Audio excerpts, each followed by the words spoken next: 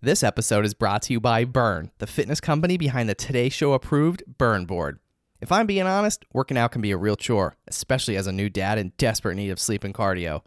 Burn is founded by NEPA native Jimmy T. Martin, and his Burn board offers a low-impact core and cardio experience unlike anything I've done before. They have hundreds of on-demand workouts that are great for beginners, seasoned athletes, and out-of-shape podcast hosts who love supporting small businesses. My wife and I use it pretty frequently throughout the week, and it's honestly a great way to burn a ton of calories without burning a ton of cash. Not to mention, it's a great tool for skiers, runners, wrestlers, and hockey players. Jimmy is offering all On the Stacks listeners 15% off when they use the code STACKS15. Visit theburn.com today to get 15% off your purchase with code STACKS15 at checkout. Again, that's theburn, THEBRRN.com to get 15% off your purchase with code STACKS15. It's time to get on board today with Burn. This episode is brought to you by Blue Door Financial. Blue Door Financial will help you save money and reduce taxes to live a fuller financial life. To learn more, visit Blue Door Financial online at BLUdoorfinancial.com. That's BLUdoorfinancial.com. You know, I had a great gig. I was compensated well. I enjoyed what I did, but I was like, I want to try something new. What's the worst that's going to happen? I'm not going to die. I could fail, right? I could totally go out and fail huge, but you know, I knew I had my degree to fall back on. I got my PhD because I was like, maybe teaching will be down the road. But I just wanted to do a lot. And I tell people like who hear this, like, you got to think how many times in your life, I want to take that trip to Italy someday. Oh, that'd be fun. Okay, you said that 5 years ago. Why you haven't gone yet? Like, think about it. Think about how many things in our lives that we have said to ourselves, oh my gosh, you know what I really want to do? I want to go hiking at this place, blah, blah, blah. All right, you said that like 6 years ago. What's stopping you? Oh yeah, whoa. Look, they can never keep me down, I'm going. And if I ever fail, just know I'll go again. I never quit, cause I know that every loss may lead to another win. I'm going up. Hi, I'm Bill Corcoran Jr. This is the On the Stacks podcast. Today, I'm chatting with Ryan Leckey, Emmy award-winning content creator, storyteller, and owner of Ryan Leckey Media. What's up, podcast? Episode 122 of the On the Stacks podcast here in the Blue Door studio. Welcome to the show, Ryan. How you doing? I feel like I've made it. I'm finally on the podcast. This is it. I've been waiting like 2.5 years for this, believe it or not. That long? Yeah. I hope I don't bomb, because then we're both going to be disappointed. I know. But I'm so excited because, look, I have followed your journey, of course, on social media with the podcast. And I was telling people I was doing this. I feel like just being in this studio today, I'm like, where's my fake cigarette? Yeah. I feel like I've made it. Yeah. I love it. Yeah. Bill, Yeah. you, me, let's do it. Absolutely. Well, I appreciate you coming on. And I know this time of day normally for you is like almost bedtime. Yeah, or so it used to be. You do your podcast in the evening. So, Yes. I mean, back in the day, I think you've asked me a couple times. I'm like, Bill, I got to go to bed. I know. I go to bed. I used to go to bed for 21 years at 6 p.m. and I would get up at 2 a.m. That's crazy. I had a huge nightlife. That's crazy. Huge. Yeah, sounds like it. Yeah. A lot of dreaming. Right, yeah, that's about it. Yeah. So Yeah. I'm super excited to be here, and I said, hit me with any question you want, nothing off limits. All right. Well, first question is actually, who does the hair? Who does your hair? But I want you to know, because I was so excited to come on today, I got a fresh cut and color. I thought I saw Fresh that. cut. This is one of, I'm like That's Cher. why I I'm like asked. Cher. This is one of my many natural colors. Okay. Wink, wink. Yep. But if you ask who actually does my hair, shout out to my girl, Kate Howell in Dunmore, P&M Hair Salon. That's your I've been girl. with her- I've been with her for like 11 years. She's my weavologist. Excellent. Got to keep it high and tight. But I was like, I'm coming on the Stacks. Gotta look I was fresh. Like, I got to clean it up. Yeah. Well, I got to blow up the bouffant.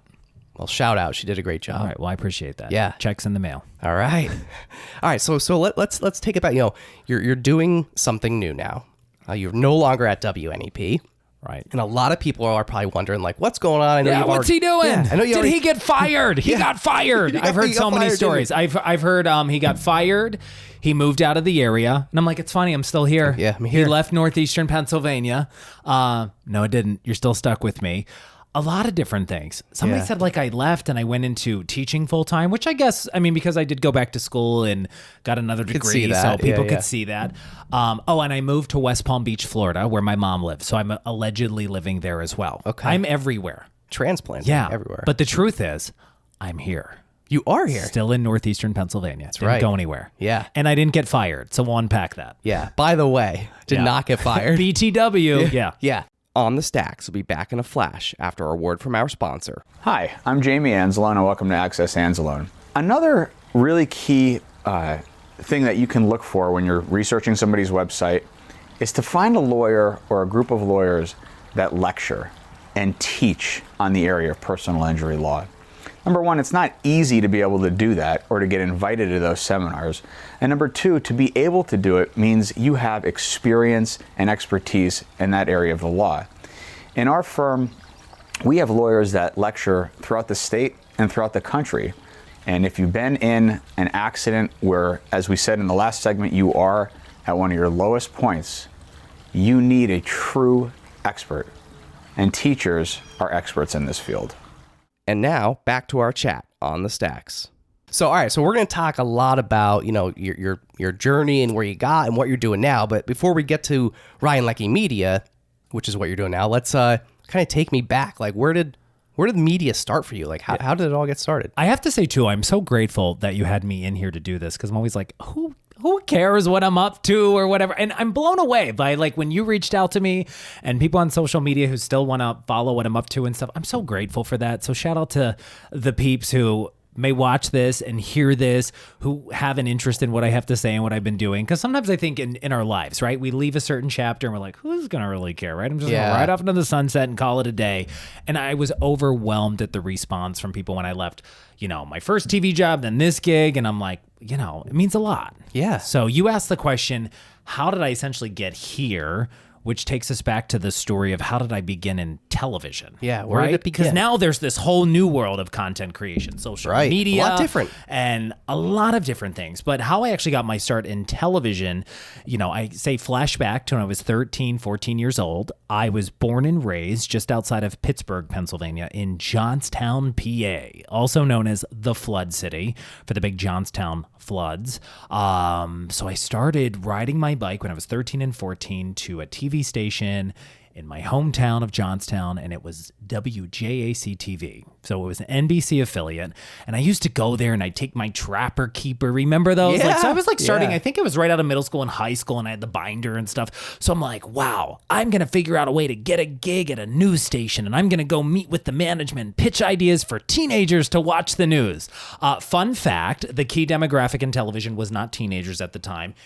And not now. 25 to 54-year-old females was usually the key demo. So I would go there, I would take these ideas and wait in the lobby for the general manager. And the good news is I had some friends, parents who worked at the TV station at the time.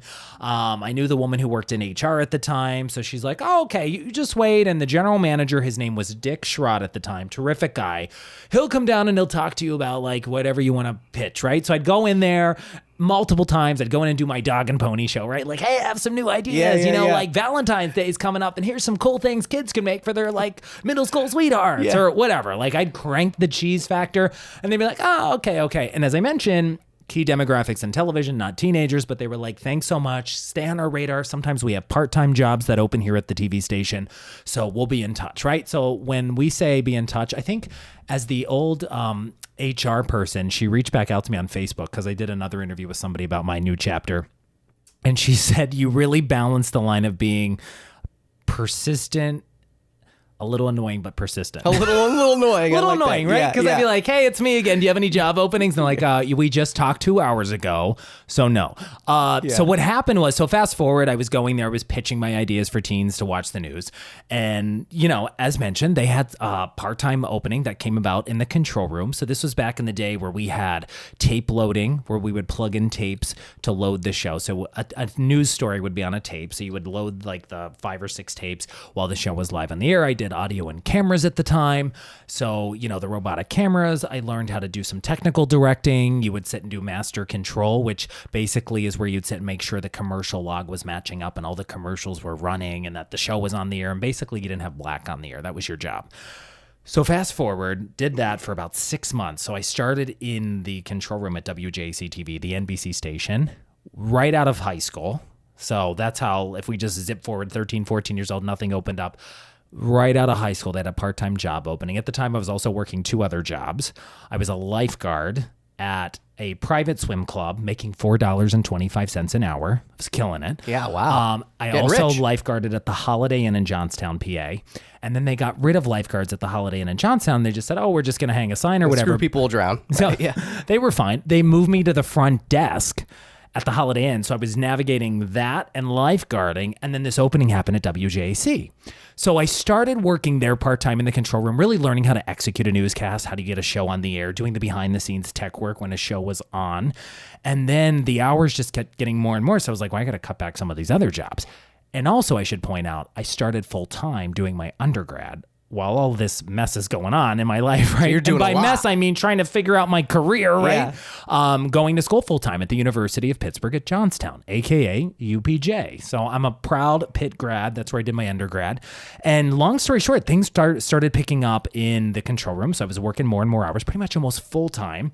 But then at the time, they had about 3 people leave the news department at once, so they needed help upstairs as well. So the control room was downstairs. I would go upstairs. I worked a lot of weekends. I worked weekends in this business for 8.5 years. Worked holidays for like 21 years, right? You never had a holiday off in news most of the time. So I would work weekends, holidays, and anyway, 3 people left in the news department at the same time. So I started one-man banding. So I would shoot, write, and edit my own stuff. And how old were you? I was 18. This is when you were still 18. 18 in college full time. And then they needed more help like in the morning show.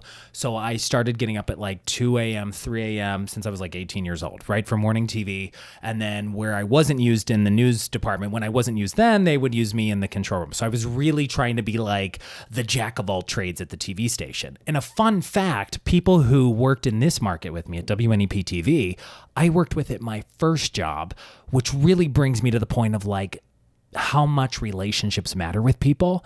John Meyer, who's still at WNEP TV on Newswatch 16, now he's on the morning show, and Julie Sidoni, who used to work at WNEP TV, Newswatch 16, we worked together for like 4.5 years before everybody came here. Oh, wow. And John Meyer is the one who told me about the job opening at WNEP.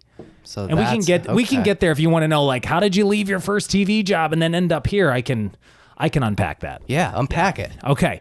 So I did my undergrad full time while I was basically working on the morning show at WJC TV. Because what happened was they needed more help in the news department than they did the control room. So my hours increased in the newsroom and I was like a one-man band. So I would go out and shoot, write, and edit my own stuff. And at the time, I worked really closely with John Meyer, who's here now. John was a great mentor to me. He was a great teacher. But on the weekends, we were a skeleton crew. It was really myself, John Meyer. We had a sports guy and a weather guy. That was it. So my job was to go out. I would sometimes start work at 6 a.m. on a Saturday, not finish till like 8, 9, 10 o'clock at night on a Saturday, work weekends all the time to really almost make up for those full-time hours. And I would go out and get all the stories, a lot of the video. We called those VOSOT, so it would be video, sound bites. I would start voicing stories, which are called packages in the news business. So I started voicing stories where you would just hear my voice, but you wouldn't see me. And I don't know what they were thinking because I look back on those tapes and I sounded like a 13-year-old girl, right? I was like, hey, the Super Bowl party. And I'm like, oh my God, it's like This a mix is of Ryan Mickey Leckey, Mouse meets Ryan. It was weird. So they took a shot, right? They gave me a chance. I took advantage of the opportunity. And here's the funny thing. I was barely making like any money there at my last job. I would have done that for free. I can say that now because the experience, I was on television when I was 18 years old. I solo anchored my first newscast when I was 19. I had the worst comb over. My hair was a hot mess. I had the worst highlights. I looked like I was blowing out of my clothes. Over? Yeah, I gotta huge see comb this. over. I looked like I was blowing out of my clothes. I was wearing I called them my big boy clothes, right? I had, back in the day when jeans were sold and they were called Husky jeans, I had a pair.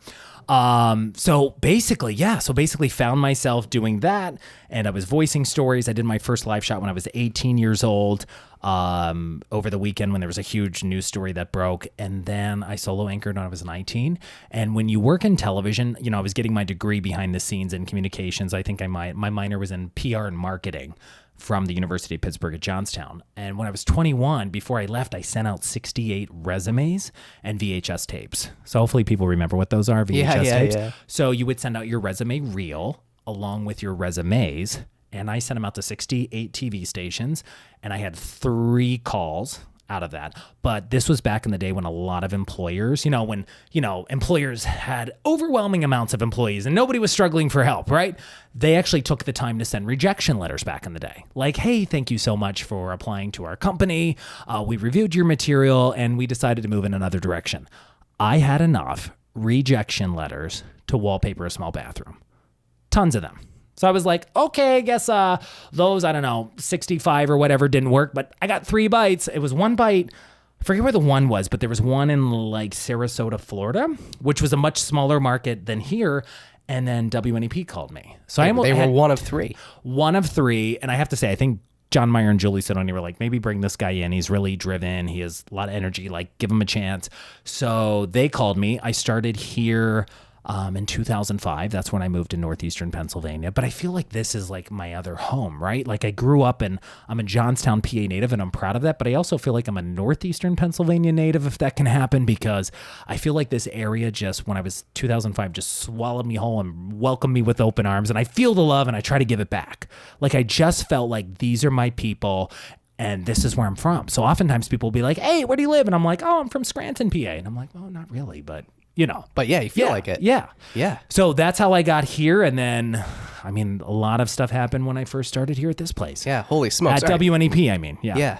So, all right. So just take me back to when you were like 13 years old. Like what was the drive, the ambition, the passion behind you just showing up there, like asking for a job? Yeah. So I know when I was in middle school, this is back in the day when Katie Couric and Matt Lauer were on the Today Show. I loved watching the news when I was like in middle school. I would like turn down the sound, when they would be like, this is Today with Matt Lauer and Katie Couric. Well, I would turn down the noise when they would say Matt Lauer's name and then say my name over it. And I'm like, one day I'm going to be at the Today Show. Yeah. Who knows? Maybe it'll still happen one day. Yeah. But I think for me, like I don't have the passion for quote unquote news anymore. I still love telling people stories, but I just loved like morning television specifically and news at the time, right? I think we all go through phases in our lives where you're like, oh, I love doing this. And then I think eventually you're like, I think this is where my talents are and this is what speaks to me. But sometimes it takes years to figure that out. Yeah. Yeah. So how does it feel now to like be normally you're on this side now? Yeah. This is opposite. How does it feel? Again, I'm grateful because I'm like, who cares what I'm up to, right? Yeah. It's awesome. It's been great. So, I guess coming back to what we talked about, getting to this side was like 17 years at WNEP TV. And that's where a lot of people got to know me. And I was so grateful that they would let this hot mess into their homes in the morning, right? And you know what I think was so cool?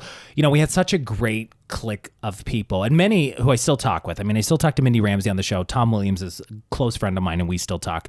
But a lot of us were together for, 12, 13 years. And in television in general, anytime you have a show that has that kind of longevity, it's kind of unheard of. And we were together for a long time, but we were so close. Sometimes you would forget you were on TV. So coming back to the point where I was like, thank goodness people allowed this hot mess into their house. You would forget like you were doing morning news, so to speak, right? And you would start making jokes or cracking on yourself, and then I'd be like, oh, maybe I shouldn't have said that, Yeah. But I think the biggest thing is in this area, even though I wasn't born and raised here, northeastern and central Pennsylvania was where I found myself. Yeah. My true self. Well, so all right. So so take me back when you first started. What was it like moving here? Oh my gosh, scary, right? Because I was scary in the aspect that, oh my gosh, I'm leaving my hometown. Yeah. And now I'm going to be 3.5, 4 hours away from like my sister and my mom. And then eventually my mom moved to Pittsburgh and I'm coming to Scranton. And I still laugh because, by the way, anytime people are like, where are you from? And I'm like, Scranton. The thing that jumps out of me, I was so lucky. I was able to interview Regis Philbin on his last season before he retired, live with Regis and Kelly, remember? Yep. And I'll never forget. So now when people are like, where are you from? So Regis asked that question. I was like, oh, I'm from the television station in Scranton, PA. Literally for 10 minutes, he wandered around the studio going, hey, where are you from? Scranton. Where are you from? Scranton. Where are you from? Scranton. The whole time, right? Yeah. We would be in the middle of the interview and I'm asking like, I don't know, Kelly Ripa about something. And the whole time Regis is going, Scranton. I'm from Scranton. I don't know why, but that's what I think of when I tell people like I'm from this area. So coming back to what you mentioned, I came here 2005 and I really fell in love doing, morning television, but I kind of felt like there was something missing in the morning show that maybe I could add to it when I came. So when I first came here, like a lot of morning shows back in 2005, a lot of it was like recapping, like, here's what happened last night at the city council meeting, right? I wore a shirt and tie. So that's how it started. That's what you were doing? So it started, I was Wednesday, Thursday, Friday morning. on the morning show. So I'd be up between like 2 and 2:30. At the time, we didn't have the 4:30 a.m. newscast, so you could sleep in a little bit. So I think I would get up at 2:30 or even 3 a.m. and you'd be at work at 4. So I would work Wednesday, Thursday, Friday on the morning show. And then my shift would change on the weekends from like 9:30 to 6:30. So, but even like on the weekends, by like 4 o'clock, I was like a zombie, right? I'm like, oh my gosh. But I was a news reporter Wednesday through Sunday. My days off for many years were Monday, Tuesday. Like, it was cool if you had to go grocery shopping because nobody was there. Yeah, but that's about it. Missed Yeah. a lot of the weekend events, right? And I worked weekends for 8.5 years, and it was so funny when I would meet people who wanted to get into the industry, and everyone's like, I want to work Monday through Friday, and I never want to work holidays. And I'm like, get in line, right? I was in the business for 21 years, worked holidays, work weekends, and that's just the nature of the beast. So coming back to how my role kind of evolved, Wednesday through Sunday was a news reporter, but then I started, and again, it was the support of the people I worked for and worked with, where I was like, hey, I have an idea. Why don't we on Wednesday and Thursday start promoting some cool stuff going on the weekend, right? We got a pierogi festival, a kibasi festival, or some people call it kolbasi, right? Yeah. And I love this area and all like the isms we all have here now. Yeah. So I said, let's start promoting all the good going on in this area. I was like, there's so much happening. And oftentimes, what are we doing in the news business? Because I was working weekends at the time. We were covering it, and the stories were kind of like, hey, here's what you missed today. Look how cool. And I was like, why aren't we telling people ahead of time that this is going on in their backyard? So with the support of my bosses and, of course, the people I worked with on the show, they're like, yeah, let's do it. So we started promoting community events, but it could be fairs, festivals, special projects.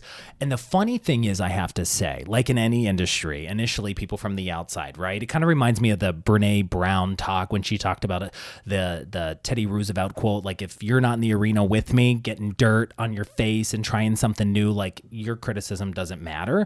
I know when I started it, I did work with some people who are like, you cannot cover hard news some mornings and something fun the next day. You can't do it. You have to choose. You have to be a hard news reporter or you have to be a features reporter. And I'm like, no, you don't, right? Like at the time, you would look at Katie Couric, Matt Lauer, Diane Sawyer, Robin Roberts. 1 minute they're interviewing the president, and the next minute they're jumping in a bounce house with Teletubbies, right? But that was morning TV. Yeah. But I really felt trying to lead that and make it a reality, which eventually became Leckey Live, the segment that I did for close to 17 years in this market, really showed people, and I think it's a credit to the viewers who counted on us every day. I always looked at the morning show, and with our viewers, we're going to sit down and have a conversation at breakfast, and sometimes it's going to be hilarious, and we're going to bust on each other, and we're going to have a good time, but other times we're going to get serious. But the thing is, our viewers are very intelligent, and they knew, hey, he's talking about a deadly fire, like this is some serious stuff.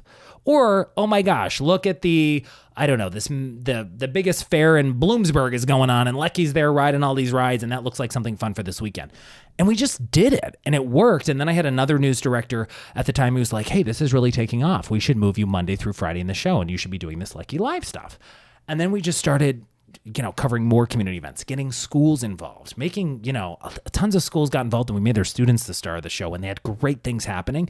Because here's the thing I noticed, and this is something I fought in the beginning from the naysayers, right?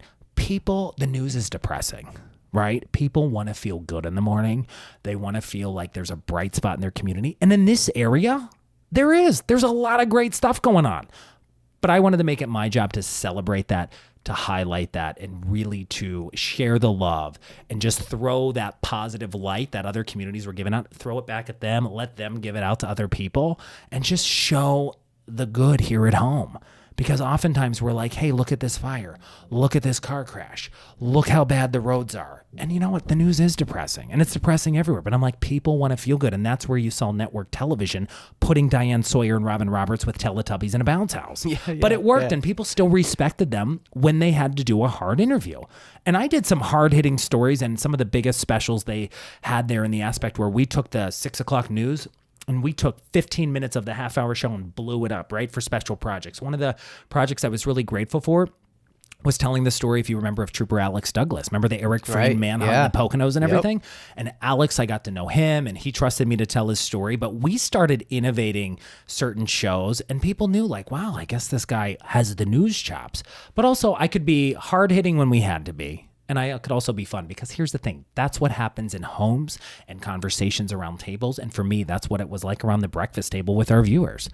Sometimes we're going to be super serious, and other times we're going to have a lot of fun. And people knew how to interpret that. Yeah, it was just real, Yeah. authentic content. That's it. Yeah. And you were just out there doing it. But I have to tell you, like a lot of things, I hit walls along the way. I think people would look at my job, and I think they see this a lot in a lot of different industries. It's not just TV, right? How many times do people meet somebody and they're like, oh, they're the CEO of that company, man, they have it made and look what they're doing. But what they don't see is them maybe like making no money, maybe, I don't know, washing the dishes at that casino they're now the CEO of 20 years earlier. Everybody has a story to tell. And I think sometimes what you see, I don't want to say that's what we project, but sometimes what people see, like they would see me on television having a lot of fun. And I did have a great time at my job. But what they didn't see is that I was going to bed at 6 o'clock at night for 21 years. My partner would come home from work. My partner, Matt, from the last 8 years would come home from work at 5:30, 5:45. He'd go to work at the gym trying to tell me about his day. And all I would do was yawn. And I couldn't process anything. And that was just my shift. That was my life. It wasn't like I didn't hate the place by any means for that, right? But I just thought that's what started getting me thinking in the pandemic. And we can talk about that as what does the next 5 or 10 years of my life look like? And it was just to the point where I just felt like I was missing a lot of my life. And I did everything I wanted to do at the station where I was. I was so grateful. And that's the other thing. People, as we talked about in the beginning, people heard rumors he got fired. He moved to West Palm Beach to be with his mom, or I don't know, he's doing something else. But for me, I wanted to go out when it was great, and it was awesome. When I was still there, it was good, but I'm I really innovated my job as much as I could. I started as the news guy Wednesday, Thursday, Friday, Saturday, Sunday. Then we took Leckey Live 5 days a week. Then we started doing community events, special projects. Then we rolled out Ryan's Run, the charity campaign that we partnered with Allied Services, and we raised almost $5 million in 12 years. Which is crazy, for by the kids way. and adults with disabilities, which was amazing. Yeah. But I am so grateful because the management I work for at the station, the team behind the scenes, that's the other thing. I want to say, I don't want to him-haw, oh, I had a hard life and I had to go to bed at 6. I didn't have kids to take care of at night. I looked at people like Mindy Ramsey, who's still on the show. I looked at people in our control room who were amazingly wicked smart people who would make me better, who would get in my ear and be like, dude, you pronounced that wrong, get it right. Right? Who made me better every day. But some of these people were out at their kids' games or lacrosse games until 9:30 at night and getting up at 2 a.m. and going to do that show in the morning. And I give them such credit, and I think that's what I'm coming back to is people would see oh my God, you have the greatest gig. And I did have fun. But sometimes the most coolest part of my day was my actual job during that live morning show. There was a lot of prep work behind the scenes because sometimes in the summer I would book out 3 to 4 months. I'd be booked. But that was me building the graphics behind the scenes, working with an amazing photographer, photojournalist in the morning. Eric Granahan was great. Working with him to cut video ahead of time, prep all the show. I always said to people the easiest part of my job there was the actual morning show. The actual recording, right? The live show. Same was like this. This isn't live, but this is the easiest part. The easiest part of my job was the live show. Just showing up. The hardest part was getting all the ingredients every day to bake the cake. And it wasn't a one-stop shop. If I was doing a story with you and we were doing something on a company you were affiliated with, you're trying to go to a couple different areas to get video assets, branding, logos, this, that, right? That was the hard part, calling people back. And a lot of people, they don't want to talk to me in the morning to set up a live shot at 6 a.m. I was getting calls at 5 at night when I'm trying to go to sleep. And they're like, hey, I have a question about that live shot on Friday. And I took the call and got back to people because I realized not everybody's on the 2 a.m. Leckey shift, right? I always love talking to people, though, at 6 a.m. to set up a live shot. And people who I worked with often, great PR people in this area, they knew if they wanted to get me and get on the calendar, they'd call me between 6 and 7 a.m. I was on. But I think what it came down to, I was so grateful for the opportunities I had there, the people I met, the management who's you want to do that? All right, let's take a shot. Let's go do it. And the cool things I got to do, I wouldn't be where I am without that place or my first job. I always feel and this is any industry, it's not just television. Everything is a stepping stone, and everybody you meet in your life, relationships matter. I can't tell you how many times I sometimes see people burn bridges from other jobs, right? If you hate where you work and it is what it is, try to go out on a high note, because I'm amazed now that I left. People I worked with in my first job back in 2001 or whatever, people are calling me, and people who I maybe interviewed, a CEO somewhere, maybe in 2007, now calling me, hey, do you think you can help me with this? Or, hey, I need some storytelling or video production work on blank. just how much relationships matter. Yeah, you never know. It comes right back around. You never know. And I was blown away by that. I mean, people who I worked with in other corporations, I was at WNEP for 17 years. During that time, I was through like 5 sales, right? So some people stay, some people go. But just people I worked with in other companies would call and be like, hey, I think I have a gig for you. I'm amazed by that. Like, right? Like I always say, it reminds me of the quote, like when people show up and show you who they are, believe them, and relationships matter. So for me, I always just try to show up with people and be like, look, I feel like I'm a happy yellow Labrador and I'm coming at you. And I totally get, sometimes this is a lot to hit you with in the morning, especially when I was like getting up at 2 a.m. and doing the show from 4:30 to 7. I totally get that. This was a lot, but I think people got me because they're like, that's what he's about. Yeah, definitely. Yeah, 100%. And as I mentioned too, what we said earlier, like this is not maybe the area I was born in, but this is where I really feel most at home and where I found myself. Yeah, let's talk about that for a minute. So all right, so you said you found yourself here.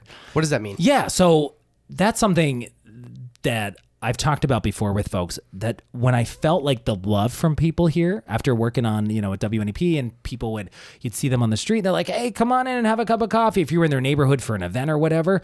I just felt like so comfortable in my skin here. So I was able to come out fully as a gay man in this area. And my main goal out of that, and it took some time, but really to show people, other people in the LGBTQ plus community, that you can be who you are, show up as you are, and still have a successful career. Because I think sometimes people think you have to choose. And don't get me wrong, there are some towns and there are some places and some positions maybe where people don't feel that, but I think you have to put yourself in a different situation where you can show up authentically, wholeheartedly, and just be who you are. Show the good and show the mess and just own who you are. And I think people appreciate that. So when I came out, look, it wasn't like everyone was like, yay, we're behind you. I mean, 98% of the people who engage with me on social media were like, we're here for you, whatever. You want to love unicorns? Like, we got your back. Yeah. But there's still people, like, I get an occasional tweet here and there, like, I just found out you're gay. I don't want to follow you anymore. I'm like, well, thanks for taking the time to write to me or tweet me, right? But I'm like, newsflash, it's been a few years, right? It's so funny that people, like, now just found out. You're like, oh, wait a second. Yeah, What happened? What I They're missed? like, I got the memo. Yeah. I got the memo. So I think that's the biggest thing, that if I could encourage people, and I got a lot of sweet notes when I signed off at WNEP to explore this next chapter, a lot of DMs from people saying, growing up in, sometimes people message me from Berwick to Bloomsburg to Stroudsburg saying, like, I got to watch you on the morning show, and this makes me feel old, when I was in middle school or high school, and knowing that there was a gay man who was out, proud of who he was, just let it all out there, and had a successful career. You inspired me. Like, I came out to my family. And that's what I tell people. You never know of the impact you're making, and you never know who's watching you. So show up, be real, be all in, because I was amazed by that. I just thought I was out here living my life, trying to show up as real as I can, and people paid attention to that. And if I inspired 1, 2, whatever people to just come out and be who they are, and not even saying come out and just love your life Just and be who yourself. you are. Yes, that was the biggest thing. That's it. Yeah. Real simple. So that was probably when I said I found myself, that was it. And people support me. And now I feel like the social media community I built, people have gotten to know my dog. They've gotten to know my partner, and my neighbors, like, they become kind of iconic on my Facebook. I see they're like giving you like treats and breakfast. stuff. Yeah, I go over there for breakfast. It's been amazing because I'm sleeping past 2 a.m. So sometimes I get up at 6, sometimes I get up at 8 o'clock, and you never know, right? But that's the biggest thing. And I think the coolest part of this next chapter, and we can talk about that, is the relationships I built over the past 17 years. They're still evolving and still playing a role in my chapter today. Because a lot of people who I worked with over the past 17 years, I'm now working with them now, but they're clients. So, all right. So I want to go I hope back. that answered you. Answered a did. lot of the questions regarding my TV shtick. Yeah. You know? So did you meet Matt here? I did. I met my partner Matt here. At the time, we were both like pretty big CrossFitters. We were into the big CrossFit fitness craze, right? And we still dabble in some of that. So a mutual friend connected us. We've been together for 8 years, which I always joke it's like 28 and gay. It's like dog years, right? Yeah.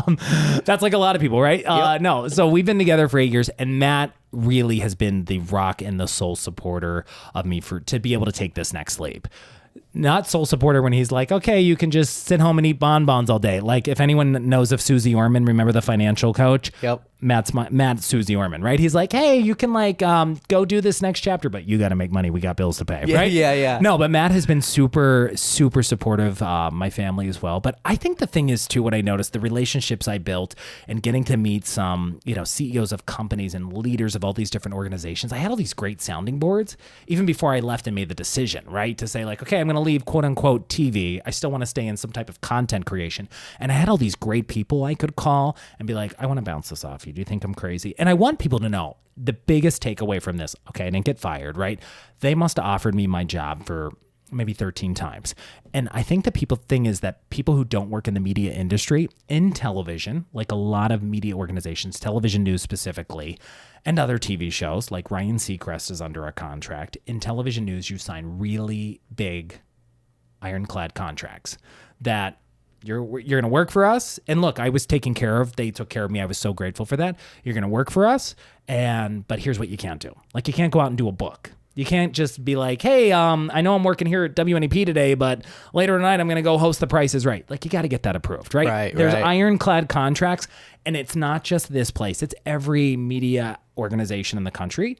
And for me, I just wanted freedom, right? Freedom to just be like, I want to go out and try this, right? Because I had some people approach me for other gigs, and when you're under a contract and when you work for a news agency, and you got to be careful of ethical concerns and decisions and all that other stuff. So for me, I was like, I just want that freedom. So if I have an opportunity to work with a production company who might be shooting a pilot show that could go to Netflix for streaming, or Hulu, or Amazon, You could be in it. I just want to I want to be able to say yes. Yeah. And my general manager, before I left, and the news director, they were great to me. As I mentioned, they offered me my job many, many times. And the last time my general manager, and she was great, her name's Julie Eisenman, we had a chat in her office. I just looked at her and said, I'm leaving here not because I need to earn more, but because I need to learn more. I just wanted to grow and try some new stuff. I mean, I did news for 21 years. And I think what's amazing, and I don't know if you've experienced this, but I'm amazed, like, when people heard I was leaving there, and I've seen it with other people who are like, oh, I've worked at the bank for 20 years, I'm leaving. Why would you leave? Yeah, such a great job. You're set. Why? Yeah, why? I'm going to shoot my shot. That was it. I wanted to go take a risk. I didn't want to be in my 40s and look back and say, you know what if I went and tried this? Regret. And I think so many people, regret is the worst thing. And so many people, I see it with a lot of folks because it's so easy, and it would have been so easy for me to stay in my comfort zone. I was so comfortable at WNEP, building the connections and the network that I built in this area. People were so great. I can call and be like, hey, you want to meet me at 4 a.m. tomorrow? We're going to do a live shot. I'm like, yeah, okay. Like, Whatever you need, Ryan. You can make it happen really quick. Yep. But it was just to the point where I was like, I want to be challenged in a different way. Because really when I was there, I innovated my job. And again, it's kudos to the management who gave me a shot to do it. Like, they rarely put up walls because I'd be like, hey, I want to try this. Here's the payoff. Here's why I think it's going to benefit our viewers, right? So I started doing the Wednesday through Sunday news thing.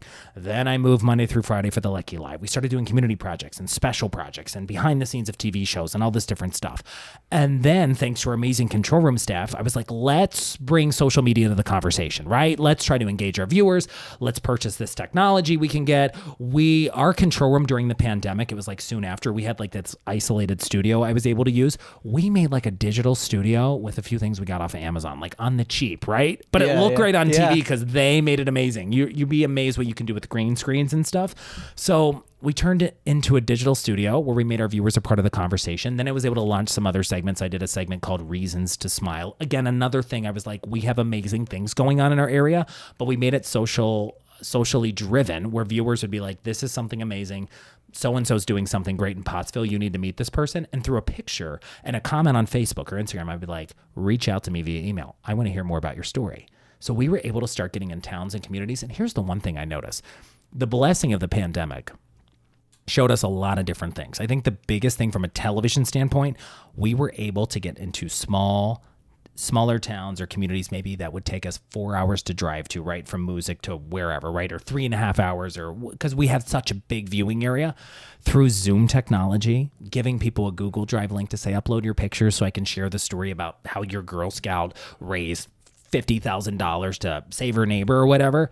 We were able to use technology to our advantage, but still tell really amazing, impactful stories on people here in northeastern and central Pennsylvania. So that was a plus during the pandemic, because back in the day, no TV station anywhere would be like, wait, what do you mean you want to do this on Zoom? Can't do that. You can't do that. You have to drive. If you're in music, you need to drive 2+ hours to Williamsport, do your interview, then drive 2+ hours back, and then you got to spend time editing it. It was just a lot quicker, but we were able to get into smaller, I want to say, towns and communities that often didn't get the spotlight, especially during snowstorms. Using social media to really show the different parts of our area where, things were maybe more impactful with the weather compared to others. Social media was great. But again, it was me and the team I worked with. I innovated my job again.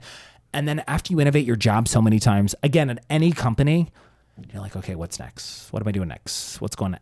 And then for me, I just realized it was time. Yeah. So what was that? At what point was that you said I need to make a change? I think like a lot of people, and I mentioned this to folks, and I almost feel like I'm clubbing a dead horse because I feel as though many other people experience this. For me, it was the pandemic. It was this wake-up call, because the pandemic was literally put the brakes on, look at your life, right? Can't go anywhere. You can't distract yourself with your friends. You can't go to the gyms because they're closed, right? Look at your life, and is this what you want to do for the next 5 or 10 years? Is this it? And at the time, the pandemic, man, we got really good with technology, the people I was working with. And I was amazed. We didn't miss a beat or a newscast. The team just rallied and we made it happen. But that was the wake-up call for me, that I said, okay, I've done this now for 21 years. Because people have to remember, even though I'm 39 now, people would be like, oh, you haven't been doing it that long. Why are you leaving? Why are you giving up this gig? I've been doing it since I was 18. Again, grateful for that. But 18, getting up at 2 a.m, going to bed at 6, doing that for 21 years. And God love my friends. Even on the weekends, they'd be like, let's go to dinner. I'm like, I'll meet you at 3 o'clock. Because at 5 o'clock, I was like, done. I was no fun at weddings. We'd go to a wedding and be like 6:30. I'm like, Matt, I'm dead. I got to go home. I can't even keep my eyes open. Because for 21 years, your body just becomes... I'm still surprised you're even awake right now. I know, but your body just becomes accustomed to it. So for me, that wake-up call, you asked, what was the glimmer that was okay, it was the pandemic. And I really thought after a while, my contract was coming back to, I had a 3-year contract that was coming up at the end of May. And I was like, am I going to resign? And they did offer me my job. And I really thought about it. But I was like, you know what? I've done everything I can here. And I may leave here, because I always thought it's time for me to launch my own company where I wanted to do social media marketing. I wanted to help companies build stories around their people. And we'll talk about why I went that way. But for me, I was just like, this is the time. And it's time for me to shoot my shot. And I steal that line from my old general manager, because in a company meeting, she told everybody I was leaving. And she's like, he's going to shoot a shot. And they were supportive. And the funny thing is, I left there. And here's the thing. I would go back there if they had a show like a Deals and Steals segment, they just needed the fun host guy, because I pitched some of those, but right now it just didn't align, and they're going through a transition as well with a new ownership. But down the road, I said, you got to keep those avenues open, right? That's why, I still talk to people from the old corporate office who became friends and mentors to me. I didn't burn any bridges. I wasn't mad when I left there and be like, okay, never talking to you guys again. Yeah. The relationships matter in everything. Whether it's at the gym you go to, whether it's your company. And for me, I wanted to keep those alive, not just because I'm like, oh, this could lead to because those people mattered to me and I learned something from them. So I wanted to keep that going. So why burn the bridge? Yeah. So then what led me after my last day was May 27th. And I want people to know too, I was an emotional mess, not only that morning, that entire month. Because I think the interesting thing, and I've talked to other people who've launched their own companies and who are small business owners, from the outside, right? Oh, look, you left and you started this new thing and it's going great and everything else. For a month and a half, I was like, oh my gosh, am I making the right move, right? I was an emotional mess. My partner will tell you, there was days sometimes he'd come home and I'm going to be honest, I was wailing in the kitchen the last week there. I was like, how can I leave this gig, right? What am I going to do? You're second guessing yourself. Totally. What if I flop? I'm also a big believer in taking care of not only your physical health, your mental health. So I have a therapist who I've talked to on bi-monthly basis, right? And that was a great sounding board to have that third-party perspective. But I really was a mess the last month. And I think it would have been really easy, because I have seen, as much as we want to keep relationships alive and everybody wants to leave on a great note, I have seen people leave companies when they felt like they weren't treated well and they're just like, screw this place, I'm out of here. But for me, that's what made it so difficult, because I love the people I work with. I found myself here. Some of my closest friends, my coworkers are the ones I pulled in the hallway and I'm like, I'm gay. I'm gay. And they're like, okay, big surprise. Give me a hug, right? Yeah. You know what I mean? But those are Yeah. the people I came out to. Those are the people who supported me. Those people, literally, the people who were at WNEP were my family. And I was leaving that family after 17 years. That's tough. But it was a safe space, and I was comfortable. I was so comfortable. So the last month, I was an emotional mess. I was like bawling some days. The last day I remember on the air before I said my farewell, and I was like, we just got to get to this tape piece. I was gripping Mindy Ramsey's hand, like ready to rip it off, right? I was a disaster because I think people looked at it from the outside. They're like, wow, that was easy, man. You just left after 17 years and you're done. You're moving on. Good for you. And I was like, it wasn't that as easy as it looks. You know, and there's still times where I have anxiety like, oh my God, is this going to work? And then things click, right? And you use your network and things are going well. That's good. Awesome. Yeah. But I think the biggest thing is coming back to is just like, you know, I wanted to leave on my own terms. And it was such an incredible ride. And I wanted to leave when it was great. And who knows, down the road, something could work out. I am still collaborating and working with people I used to work with who has since left there on other things. Stay tuned. There could be an Amazon Prime TV show dropping where you may see us. That's I'll what I hear. post that on Yeah. social media. Yeah. But, you know, I think the biggest takeaway is I just wanted freedom. So no contracts that could tell me what I can and can't do. And I just wanted to do different stuff. I wanted to go try shooting a commercial for somebody. So that's going to happen down the road. I wanted to do influencing work and brand partnerships. So this year, 2022, the end of it, 2023, the answer is yes. So when people are approaching me with organizations or companies that I really align with, I'm like, yep, let's do it. Sign me up. And I don't have to worry. I Yeah. may dabble back in the teaching sometime, you know, because I finished my PhD at Marywood in 2020, right before the world shut down, because that was something I wanted to explore again. But I just wanted this freedom of not getting up at 2 a.m. and not being under a contract. And they did offer me a different shift. But you know what? After 21 years of news, I covered enough snowstorms. I was good. I was like, time to go shoot my shot. Yeah. Sorry. So you also mentioned mental health. Yeah. Why is that so important to you? Oh my gosh. Well, that was the biggest thing to help me find myself, to just come out and be who I was and show up. And look, some people are going to love it and some people are going to hate it, right? And I always tell people, sometimes you might be too much for someone. And I love this one quote I saw. Sometimes I even tell people, I am way too much for you. And if I'm too much, go find less. If I'm too much for you, go find less, right? And that's for everybody, because you're not going to be everyone's cup of tea, but the people who are in your tribe, who are looking out for you and have your back, those are your people, right? And I get that. And I think mental health to me is so important, because to have a third party expert perspective, right? And now there's so many resources for mental health for people. So whether you have insurance or don't have it, there's so much information online and free hotlines and everything else. You need it, like, right? Because sometimes you have people in your inner circle who, I don't want to say always tell you what you're going to hear. A lot of the people call me out. Like if they think I'm BSing them, they call me right out. And those are the people you want as your trusted voices. But truthfully, I'm just such a believer in mental health, because it got me through some really tough times when I was trying to be like, how am I going to come out to my mom? I'm going to tell this person, right? And now navigating the new chapter of like owning my own business. It's a whole nother, whole other thing. Yeah. And I think people are scared sometimes to talk about it. I think people are ashamed, and I've noticed that, because even leaders in companies, because people look up to them and they're like, oh my God. And they look at them again, maybe not seeing their journey to get there, but they look at these people who are running, you know, really big organizations and companies. And these are people who've confided in me saying, you know, yeah, I go see a therapist like twice a month or whatever. But I would say tell your staff that, right? Like own your truth. You don't have to tell people like everything and overshare with them. But I think it's super important, you know, and I feel like people think you have to almost be diagnosed with something to go see somebody, like, right? You don't have to be. Yeah. Yeah. You just go, just talk. Yeah. I kind of sometimes walk out of my therapist's office and I'm like, oh my gosh, I feel kind of bad. Because I just go in there, I'm like, blah, blah, blah. Word vomit everywhere. Yeah. Because I don't shut up, clearly, like I'm doing right now. Yeah. No, it's good. I appreciate you sharing all this information with me. Super important. It's I think it's very important. So decided you were going to leave. You break the news. And you Leave the station, not the area. Yes. Leave the station. Yeah, not the area. And what was the plan? So the plan was, and I was working on it behind the scenes, you know, in my off time, building Ryan Leckey Media, because I said, what's my next chapter? One, I told you it involved, I want more freedom. I want to work with production companies and other shows. And if there's a hosting gig that pops up here and there, I want to be able to do it. I want to just go out and try everything. But I also noticed over the past, I mean, I've been here in this market for 17 years, but over the past, I would say 5+ years, as social media just kept getting bigger and bigger, I should say 10+ years, I would run in the companies and they would see me doing Facebook Lives or Instagram Lives or Instagram Stories or Reels. And I was amazed how many companies, including their marketing people, are like, wait, what's that? What are you doing? What are you doing? And then, you know, I would create almost a story, right? Because that was my wheelhouse. For 21 years, I was a storyteller. I still am a storyteller.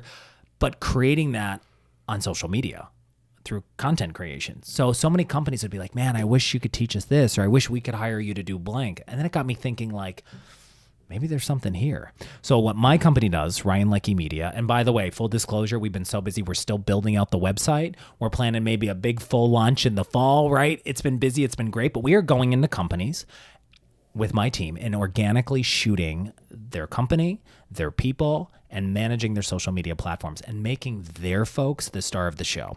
Because how many times do you go into an organization, whether it's a healthcare company, or maybe it's a place that does like aesthetics, like fillers and Botox, and you're like, where is this place? Do they do this? I want answers to these FAQs. We do that. We go in there and we interview their team and shoot it as a story, right? But it's a commercial. We're still doing commercials, so to speak, but it's on a platform where people can go and get more information. And you're answering the questions. We're answering their questions because we see what their FAQ page is, but then I ask these people, the companies we're working with, what's one of the other big questions you get? Or what about this? If it's a healthcare company, what's the big thing? Oh, people think they need referrals to come here. Let's do a video on that. You know, people are really confused when they walk into a big building, what store to go into.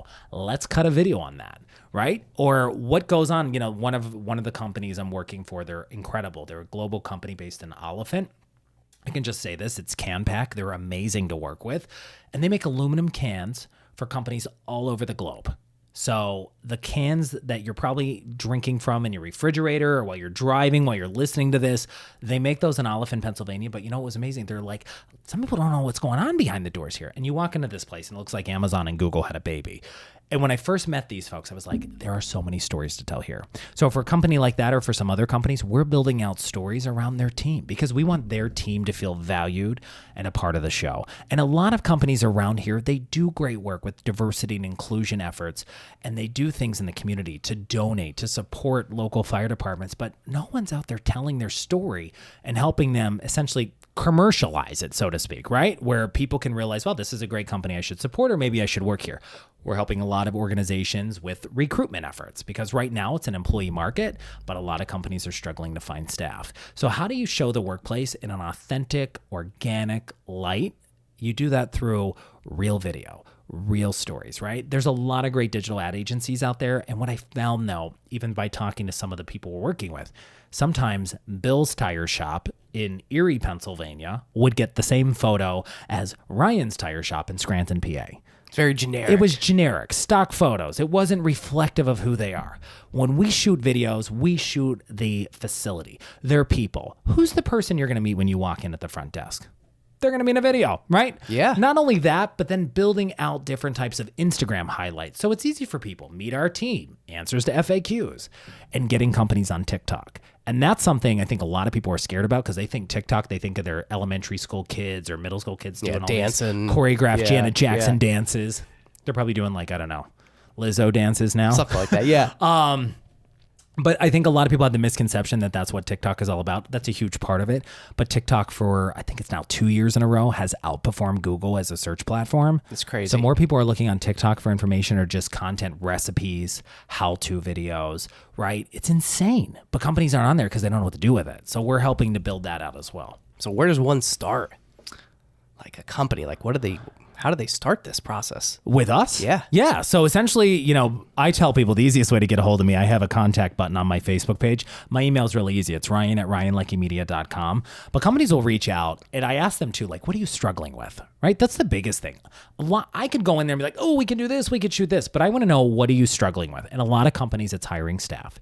It's the struggle to show like this is a great place to work and here's the benefits and rewards, right? Because it's one thing to put that on paper or in an Indeed post that's this long that nobody reads, right? So to go in there and tell their story. But I think the biggest thing is building stories around their employees and their staff so they feel valued, they feel heard, they feel seen as part of the company because they are that company. And we want people to look at their social media channels and platforms. And then we're taking some of the content, we're doing digital ad placements as well, right? So more eyeballs get on that company. But to make sure people know, like the testimonial videos you see in, say, a place that does aesthetics, Botox fillers or whatever. Oh my God, that's Bill from Wilkes-Barre. I saw him in the video. But videos where people can see themselves in those folks. You know, we're working with some other amazing attractions in this area as well. And we're building out content where moms can see themselves and their kids in those videos. That's what works with consumers. It's one thing to have a CEO of a healthcare company be like, hey, come here and We're great. we'll make your shoulders feel better or like whatever. But if we can build stories around their team from the ground up, right, where people feel really connected and that reflects back to the audience watching it, and then testimonial videos of maybe somebody who had a procedure done who came there and they're just like, I just love this place, and they literally fixed whatever it was that I needed, whether it was a shoulder issue, a nagging knee pain, or maybe I just needed Botox. Stories where people can see themselves in. Yeah. And connect to that. Definitely. So I think I saw you posted on social media recently that you're looking for maybe freelancers. I am, and I have to say I still am, but here's the interesting thing, and every company is different. So I jokingly said it, but it's really true. I'm looking for like the Swiss Army knife of social media content creation. Yeah, explain that. So I put up the post, and I was really specific. I said, yes, you have to be a great writer. You have to have great grammar. But you also have to be able to edit on Videoleap, iMovie, Adobe, or Final Cut, one of those platforms, and tell a story. Because so many times people are like, hey, people applied and I was grateful, but they're like, I'm a great writer. Okay, cool. Can you edit video? Can you cut that? No. Well, that's what we do, right? So essentially it's like having somebody come in and being like, hey, I want to work at your bake shop. Great. Can you make cakes and muffins? No, I can only do muffins. Well, I need you to make cakes. You're not the right fit, right? I'm willing to help train and grow people because that helped with me, but you have to have some basis because nowadays there's so many free apps you can get on your phone to edit video. People can edit videos on TikTok, on Instagram, again, free platforms. If you can figure this out and you need a little guidance and help, people who are great at making graphics, even if it's on Canva, motion graphics, like that's what I'm looking for, literally. And some of the best like freelancers I have on my team, one is this mom of 4 kids, and she's a rock star at Reels and TikToks, and she's amazing, and she's a phenomenal writer and witty, probably one of the best hires. Perfect. Yeah, so that I am looking for the Swiss Army knife of social media content creation. So if you can edit, if you can write, if you can come up with really cool captions, if you know how to use Google Drive, yeah, reach out. Ryan at ryanleckeymedia.com. There it is. All right. So how do you, I know a lot of people are probably wondering, like, where do you get this energy from, this high energy? And how do you stay motivated? Have you met my mother? I haven't. I always joke. So I joke, people sometimes think I'm like a yellow Labrador coming at you. My mom is like a yellow lab who maybe drank 12 cases of like Mountain Dew, right? Even though she doesn't drink Mountain Dew. Yeah. 7 pots of coffee. My mother, the minute her eyes are open in the morning, it's like she is like, wow, let's go, right? That's where I get it from. I think that's also a big part of my work ethic that I get from my mom, and she's nonstop. But I think for me, here's the interesting thing, and my friends and my partner Matt will tell you, I have 2 switches. I am on, I'm ready to go, or it's just, and I'm done. And if I'm hungry, look out. I'm going to rip your lunch right out of your hand. Move out of the way. Yeah, but that's the thing. So I think my energy, I don't know, a zest for life, like waking up, being challenged, being fueled. Yeah, I drink coffee in the morning, but it was funny. Back in the day, people would be like, when I worked on the morning show, people would say, how many pots of coffee do you drink every day? I'd have like 2 cups, right? But I was also a really big proponent. I went to bed at 6 and got up at 2. I had to get like 7.5 to 8 hours to function. Now I'm getting like 9.5, and I feel like a new person. But I was really a sleep evangelist. Like I was like, I got to get my sleep because I didn't have a job where you can tuck your head in a desk and hide all day, right? Like you had to be on because you had to function. And if you didn't, I knew the people I worked with were going to bust my chops all morning, right? Yeah. Like you really just had to be on and know your stuff. So for me, I think sleep is so important, and that's what I'm getting more of now. It's been great. And I'm so grateful when I hear from people and they're like, oh, we miss you on the morning show. And, I miss some of that stuff as well, but I don't miss waking up at 2 a.m. and missing my life. And I think coming back to what we talked about with the pandemic, if that taught us anything, it's about how relationships matter, how people matter, and work isn't everything. I had a great gig. I was compensated well. I enjoyed what I did, but I was like, I want to try something new. What's the worst that's going to happen? I'm not going to die. I could fail, right? I could totally go out and fail huge, but I knew I had my degree to fall back on. I got my PhD because I was like, maybe teaching will be down the road. But I just wanted to do a lot. And I tell people like who hear this, like you got to think how many times in your life, and I've heard it from multiple people, I want to take that trip to Italy someday. Oh, that'd be fun. Okay, you said that 5 years ago. Why you haven't gone yet? Like, think about it. Think about how many things in our lives that we have said to ourselves, oh my gosh, you know what I really want to do? I want to go hiking at this place, blah, blah, blah. All right, you said that like 6 years ago. What's stopping you? And now for other people who are like, oh, I want to try another job, but maybe not this year. This isn't the year. you know what happens? That record keeps repeating itself, and then you become one of those miserable old curmudgeons at a company where you like start phoning it in and be miserable, right? Because you're like, why did I just leave and go, now I hate everything. Yeah. Don't be that person. Back to the regret. Yeah. But I know people even, people who I love and even my own family who've talked about like, I want to go take this trip overseas sometimes. And I'm like, you said that 7 years ago. What are you waiting for? Just go do it. Yeah. And that's it. And I always say you'll figure it out. And a great quote that really sticks with me, and I tell people, if they take anything away from this chat, I tell people like, go shoot your shot, right? If you're miserable in a relationship that's not working for you, do you want to look back and say 3 years I'm still in it because I was just comfortable and I didn't have the balls to just take the leap and get out of it? It's the same with your job. And it's a great quote that reminds me of Mel Robbins, who's a leadership expert. She had this great quote. She did several videos on it, and it's so important. No one is coming for you. Nobody. And she said this, and it really got me thinking. Think about people right now, if they're listening to this, like, oh, I want to be an actor someday, and I want to go to New York, and no one's coming to find you to put you on Broadway. No one was coming to find me to fill Regis Philbin spot. I'm still knocking down doors. I'm still calling people, right? To see, how do I get to do something like that? Because I'm exploring a lot right now. But I think in all of our fields or everything we want to do in life, you have to like take charge. And you got to honk your own horn or no one's going to hear you're coming, right? Like, because nobody's coming to find you. And that's a really hard truth for a lot of people who, I want to be an actor. Oh my gosh, you know what? I kind of wanted to be an electrician for a while. Okay, did you sign up? Did you go to HVAC school? Did you figure this out? Well, no, not yet. No one's coming to find you. No one's coming to track you down to make your dreams come true. And for me, I was like, you know what? I'm going to go take this risk. It could flop, but what if it's great? What if? Yeah. Yeah, and that's the biggest thing.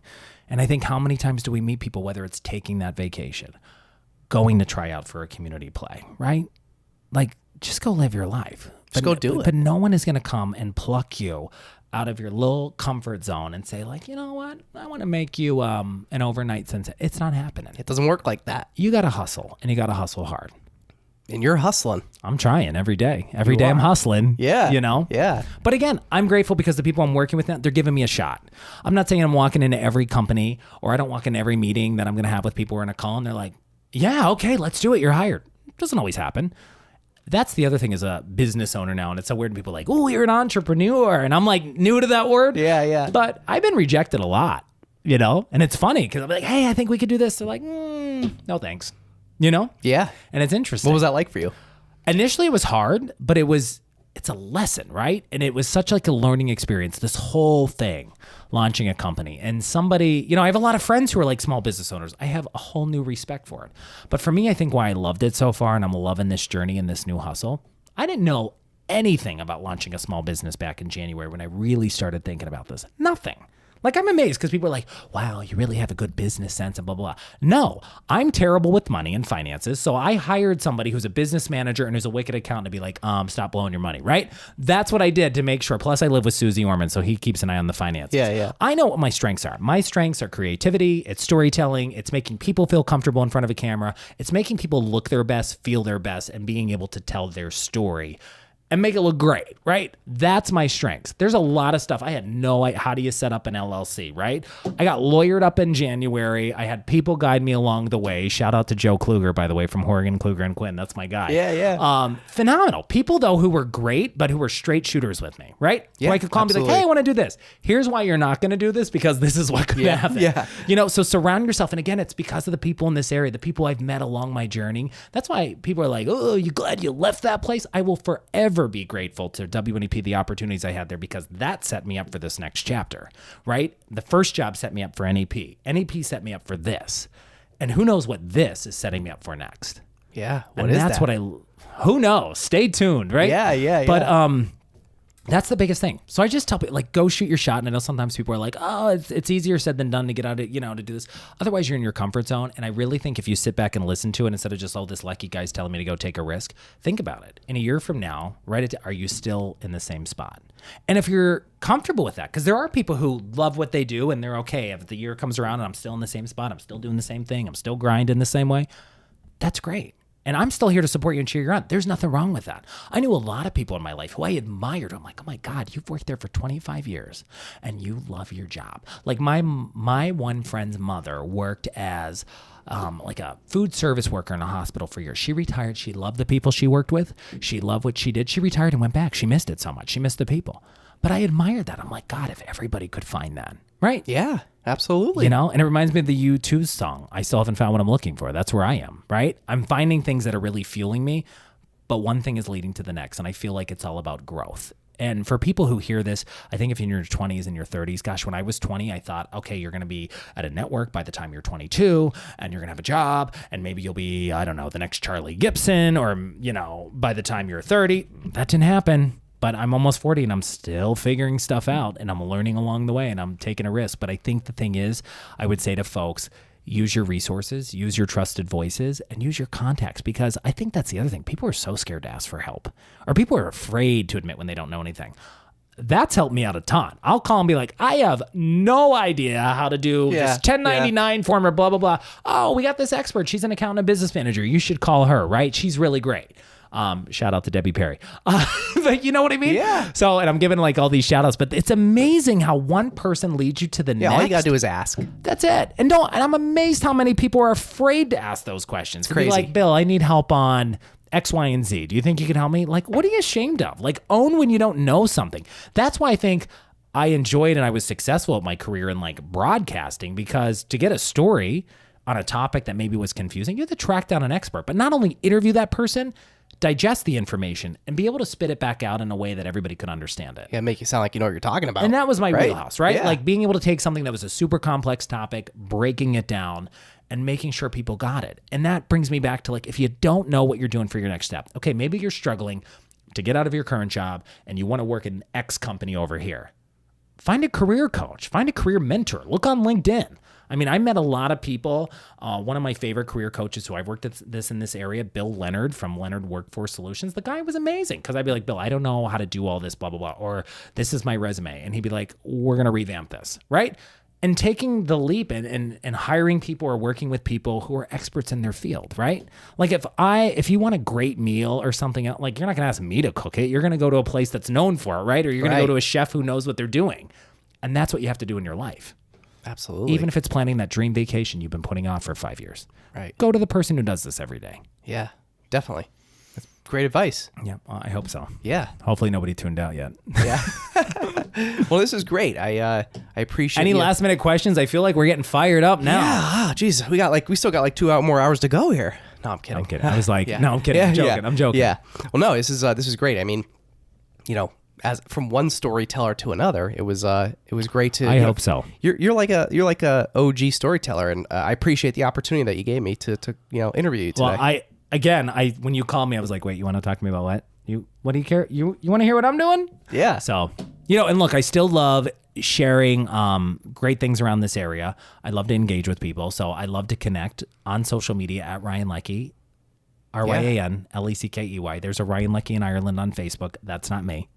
Use the blue verified check, because sometimes people are like, I found this Ryan Leckey on Facebook and he's at all these pubs. Not me. Yeah, not you. Not me. You're still here in NEP. But I'm still here. I didn't go anywhere. I still live in like the Dunmore Troop area. I'm not going anywhere. I'm going to be traveling and doing some shoots here and there for some other companies, but I'm still here. I feel like an OG of Northeastern Pennsylvania. You are. Yeah. And it's all because of the cool people, here in Northeastern and Central PA. Awesome. Yeah. Well, I wish you the best of luck. I appreciate it. And I it. feel like you and I will probably cross paths again in the content world. Yeah, I'm just excited because I'm staying up past my bedtime. Yeah. Normally we'd have to talk at like 6 a.m., right? Yeah. This has been a win for This is like everybody. opposite time. Yeah, I Yeah. love it. And look, I'm grateful for this opportunity. I'm grateful for the people if they listened the whole way through. Yeah, I hope so too. Yeah, because sometimes I think after, and I think everybody goes through this when you finish something important, right? Or a chat, and I'm sure you've been through this, you're like, I wonder if anybody even listened to that. Yeah. So all right. So what's the best way for someone to connect with you online? It's really social media. Social media is the best. And that's the thing. Things are blowing up in a great way, and have been so busy with my new chapter, Ryan Leckey Media. The website's not done, but look, we're moving and shaking. We got examples we can provide you of what we can do for companies. And I was waiting for you to say we. What, do you have a mouse in your pocket? You're the only one here. No, I'm working with a great team of people, and Ryan at ryanleckeymedia.com. My email button is right at the top of my Facebook page. page, so you can connect with me there. Or you can connect with me and like some people are just like, hey, I hate the way your hair looks today. And I just want to tell you, and I'm cool with that too. Whatever you want. I think it looks good though. Bring it on. Yeah. I got this done just for you today, by the way. Did you? Yeah. Yeah. Fresh cut and color. Appreciate One of it. my many natural colors. Yeah. But I feel like my tan in the can, my eyebrows are a little orange today. I'm going they? to own that. I'm just going to own that. Because Yeah. you're like, you do look a little tan today. A little tan in the You can. didn't have to admit that because I don't think people are going to be able to notice that. I'm fine with it though. But maybe. I told This you, is 4K. my life, when you called me for this, you're like, what can we talk about? I said, anything you want. My life's an open book. Yeah, I have no appreciate that. secrets. And I'm still grateful people actually, they care what I'm up to. And that means a lot. Yeah. So Excellent. More of this on social media. More of that. Yeah. More realness. Yeah. Right? That's it. I like to say it. Rockstar of realness. What you get is what you see. Excellent. All right. Ryan Leckey on the Stacks podcast in the Blue Door studio. Thanks for joining me. Thanks so much. If you want to see more On the Stacks content, subscribe to our YouTube channel at youtube.com/onthestackspodcast or search the hashtag #OnTheStacks on Instagram, Facebook, and LinkedIn. If you enjoyed this podcast, please subscribe and leave a review. We'll catch you next time on The Stacks.